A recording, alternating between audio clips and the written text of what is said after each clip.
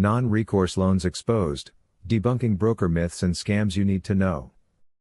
You're an entrepreneur looking for $15 million, $2 million, or even $45 million in project funding, but your biggest challenge is that many banks you approach simply don't want to lend to you. You're tired of talking to investors who don't seem qualified, and you're frustrated with joker brokers who claim they can get you a non-recourse loan, money you supposedly don't have to pay back, using complex purchasing structures or credit instruments like SBLCs.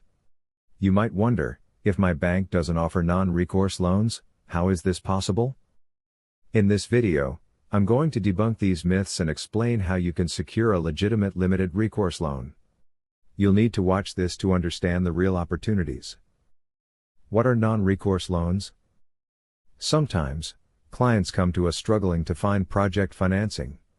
Traditional banks and investors may reject them, leaving these entrepreneurs to turn to alternative funding options. Here, they may encounter the so-called joker broker, someone who uses terms like non-recourse loan but lacks real banking experience. Common scams in non-recourse lending. These joker brokers often promise clients millions of dollars they allegedly won't have to pay back. In reality, banks offer something called limited recourse loans, but joker brokers refer to them as non-recourse loans. The correct term is limited recourse. However, many brokers continue to misuse the term non-recourse. If you're networking with bank CEOs or attending finance events, never ask about a non-recourse loan. Instead, ask about a limited recourse loan. How to get a real non-recourse loan. When people deposit large sums into retail banks, those banks treat the funds as non-sticky money, meaning the money is accessible on demand. In private banking, however, clients deposit substantial sums, such as $50 million, and may not need immediate access.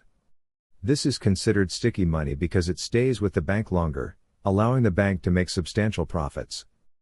So, if you're a high net worth individual depositing millions into a bank, the bank can leverage that money to provide you with financing options not typically available to retail clients.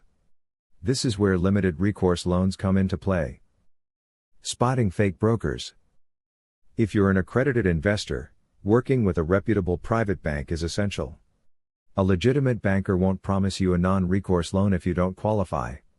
Always do your due diligence, and don't trust brokers who make promises that sound too good to be true.